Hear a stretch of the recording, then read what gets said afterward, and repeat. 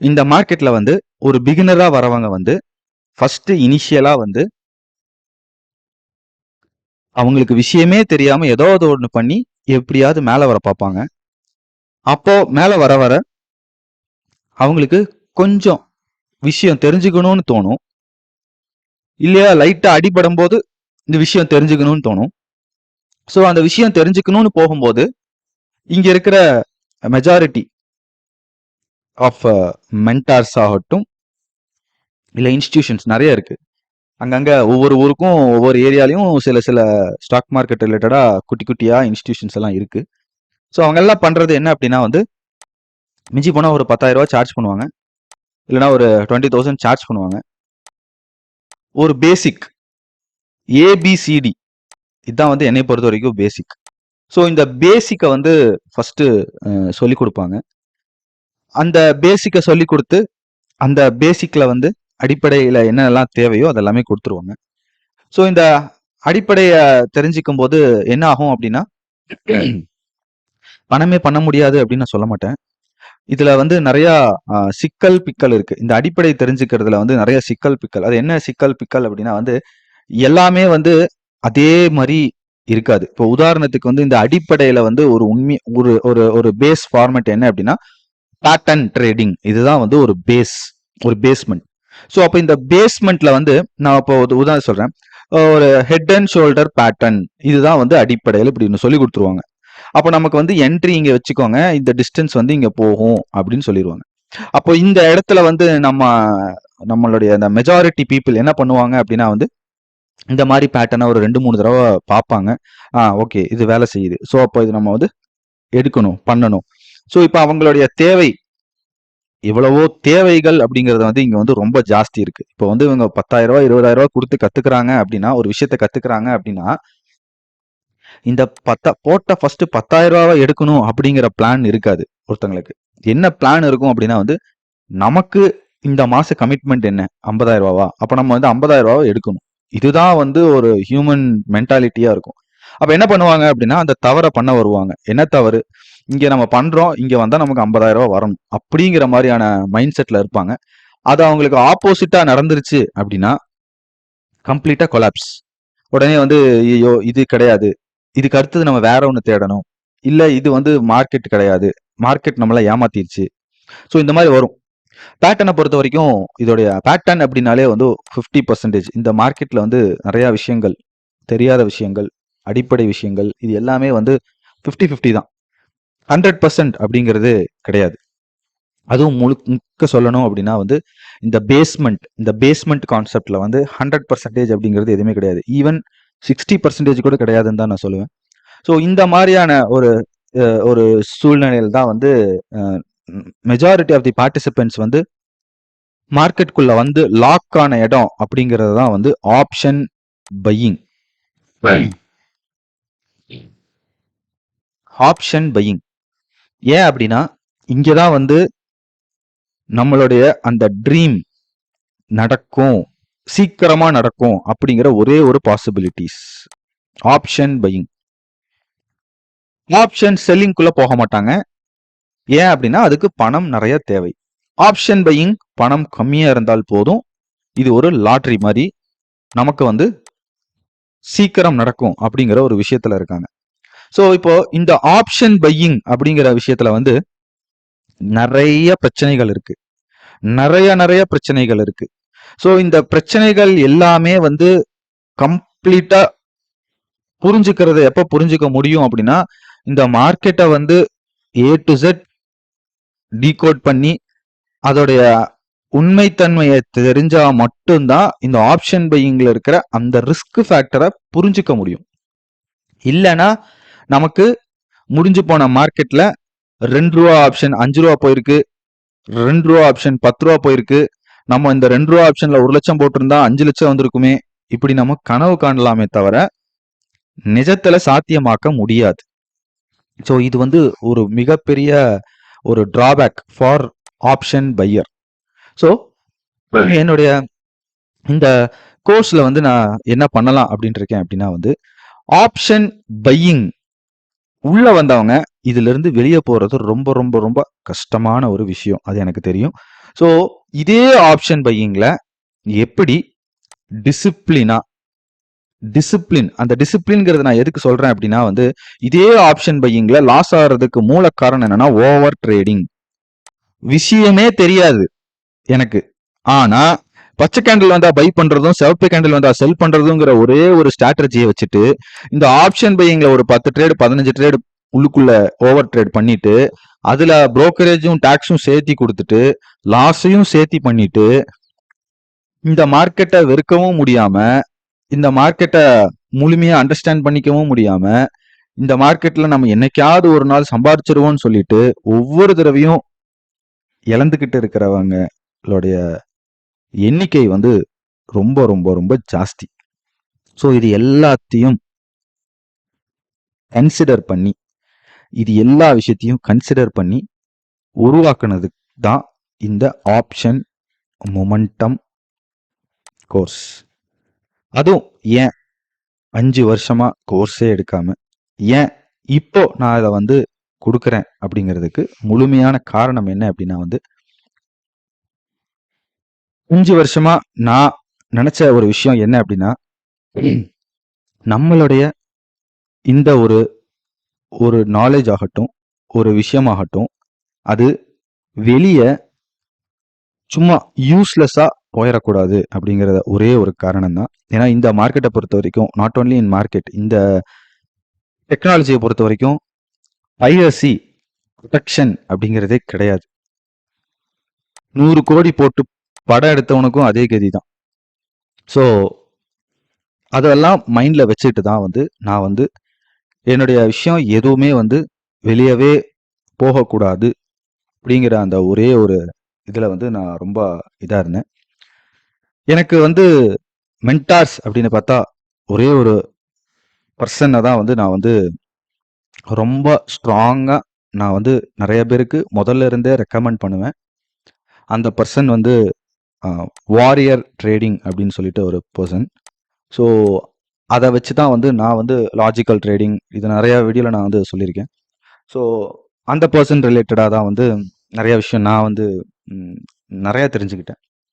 அதுக்கு அடுத்ததாக வந்து கேன் ரிலேட்டடான புக்ஸ் அதில் தான் வந்து நிறையா வந்து நான் வந்து டீகோடிங் அப்படிங்கிற அந்த விஷயத்தில் வந்து ரொம்ப முன்னிப்பாக சோரிக்கே இதில் இது விஷயம் இருக்குது, இது நம்ம அடுத்த கட்டத்துக்கு எடுத்துகிட்டு போகணும் அப்படிங்கிற மாதிரி எல்லாம் நான் வந்து இது பண்ணினது.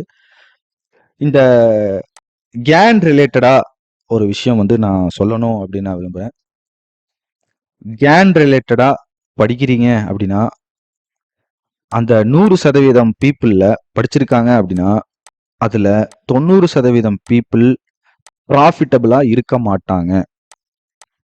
இதுவும் வந்து ஒரு ஃபேக்ட். அதுக்கு காரணம் என்ன அப்படின்னா வந்து இந்த கேன் ரிலேட்டடான நிறைய விஷயங்கள் வந்து பொசிஷனல் பேஸில் வந்து இருக்கு. இன்ட்ராடே பேஸில் வந்து அதை டிரைவ் பண்ணுறது அப்படிங்கிறது வந்து சாதாரண விஷயமே கிடையாது. ஸோ பொசிஷ்னலாக சில விஷயங்கள் ஒர்க் ஆகிற விஷயத்த வந்து இன்ட்ராடேல போட்டு குழப்பி அதில் லாஸ் பண்ணவங்களோட எண்ணிக்கையும் ஜாஸ்தி. ஸோ உங்களுடைய மென்டார் பற்றி ஃபஸ்ட்டு தெரிஞ்சுக்கோங்க. மைசெல்ஃப் யோகராஜ். நான் ஆல்மோஸ்ட் ஒரு 17 வருஷமாக இந்த மார்க்கெட்டில் இருக்கேன். நான் இந்த 17 வருஷத்தில் ஒரு 7 வருஷம் to 8 இயர்ஸ் இந்த சோஷியல் மீடியாவில் இருக்கேன்.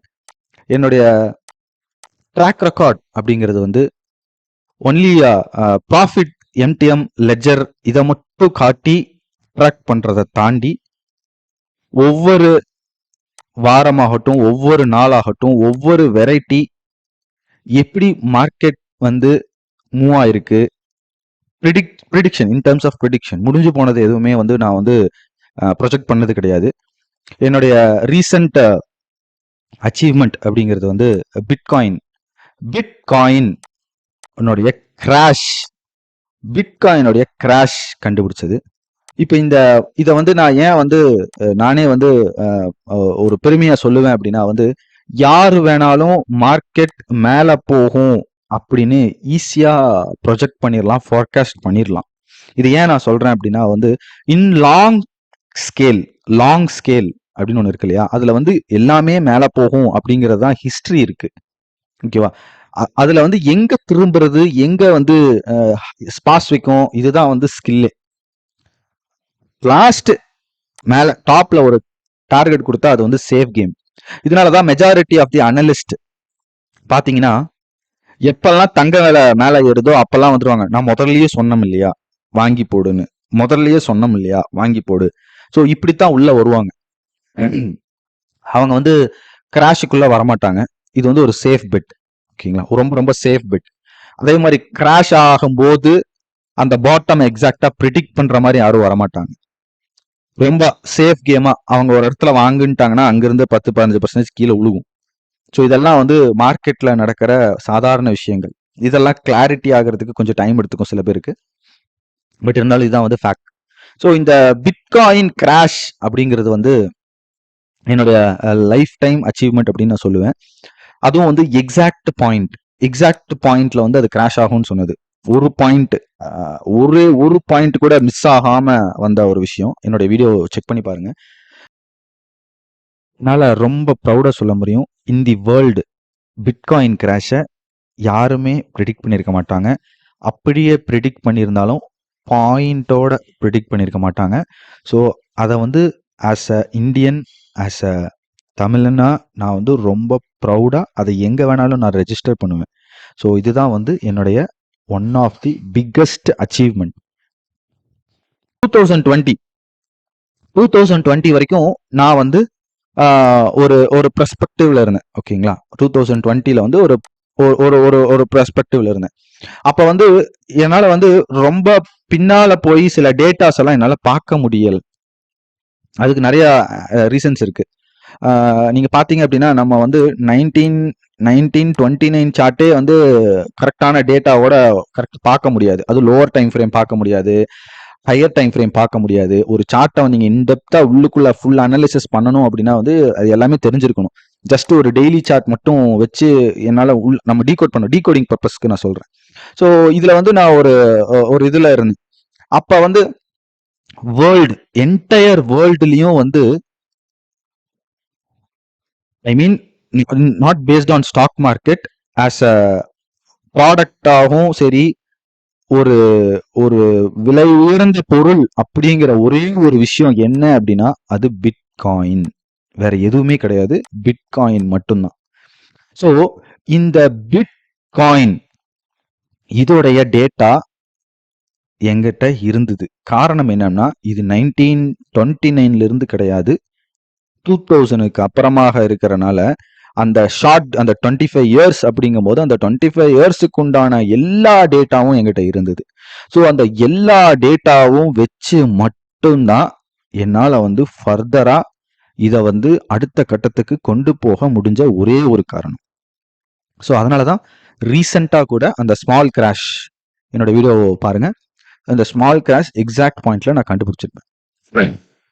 ஸோ பிட்காயின் இந்த ஒரே ஒரு விஷயத்த மட்டும் நீ ஏன் எதனால கீழே போற, எதனால மேல போற, ஏன் இங்க நிக்கிற, இந்த விஷயத்த மட்டும் கண்டுபிடிச்சிட்டாலே எல்லாத்தையும் கண்டுபிடிச்ச மாதிரி அப்படிங்கிற ஒரு பாயிண்ட்ல நான் இருந்தேன்.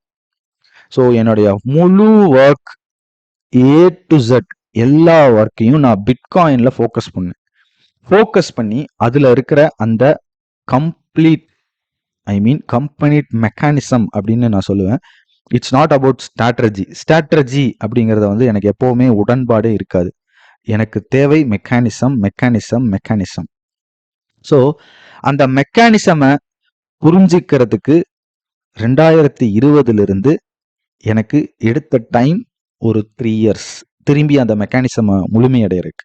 ஸோ 2023ல பிட்காயின்ல வந்து அந்த ஒரு கன்விக்ஷன் சொல்லுவோம் இல்லையா, அந்த கன்விக்ஷன் வந்து எனக்கு முழுமையா கிடைச்சது.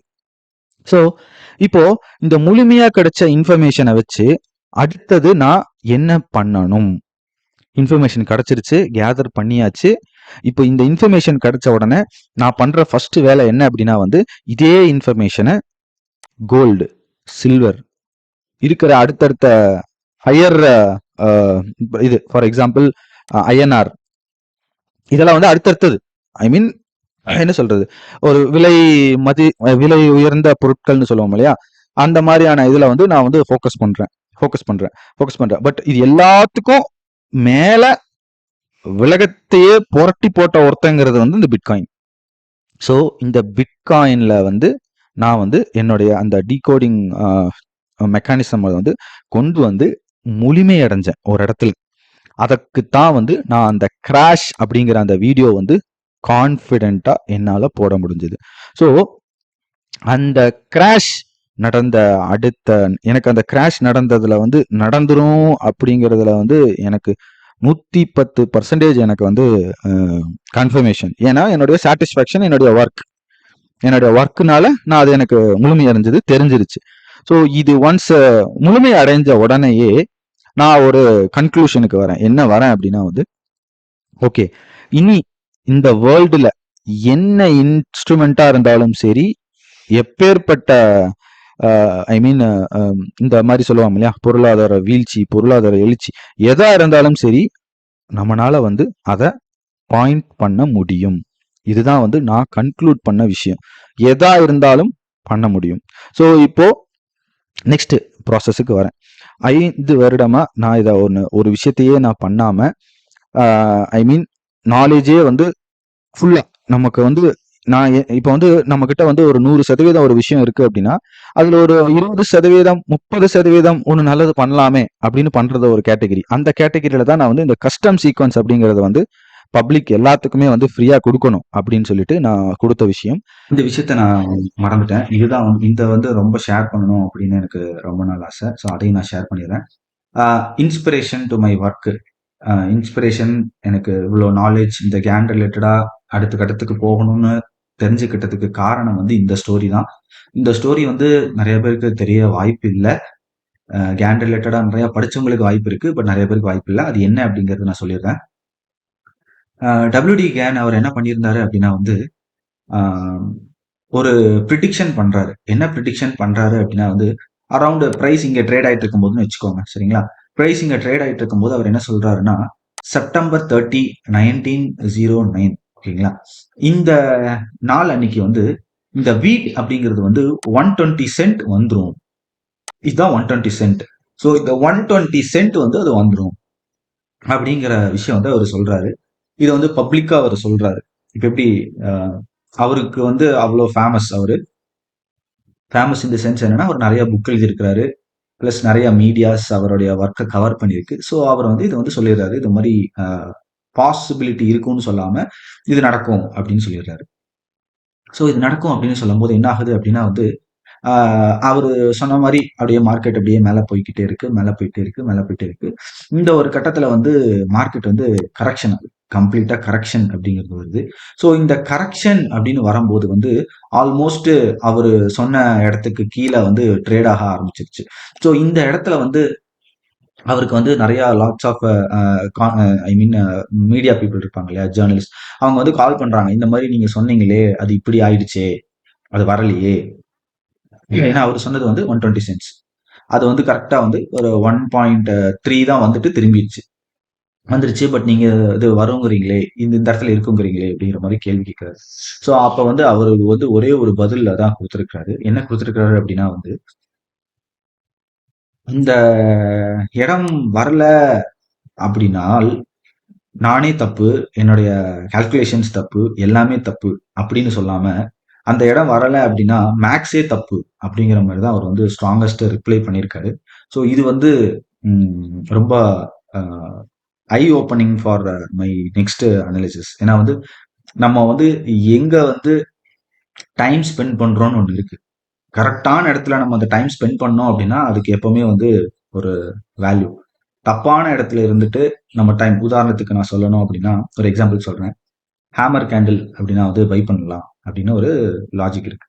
நான் இப்போ இந்த ஹேமர் கேண்டிலை வச்சே வந்து நான் ஒரு ஸ்ட்ராட்டஜி கிரியேட் பண்ணிக்கிட்டே இருக்கேன் அப்படின்னா வந்து அது வந்து நம்மளை எங்க போய் சேர்த்தணுமோ அங்க சேர்த்தாது. ஏன்னா இந்த ஹேமர் கேண்டிலை மட்டுமே வந்து ஃபுல்லா வந்து பேக் டெஸ்ட் அப்படிங்கிறது 10 வருஷத்துக்கு முன்னாடியே அதெல்லாம் பண்ணியிருக்கேன், சரிங்களா? ஸோ அந்த மாதிரி சொல்ல வர்றது என்ன அப்படின்னா வந்து கரெக்டான இடம் எது அப்படின்னு நமக்கு தெரியும்.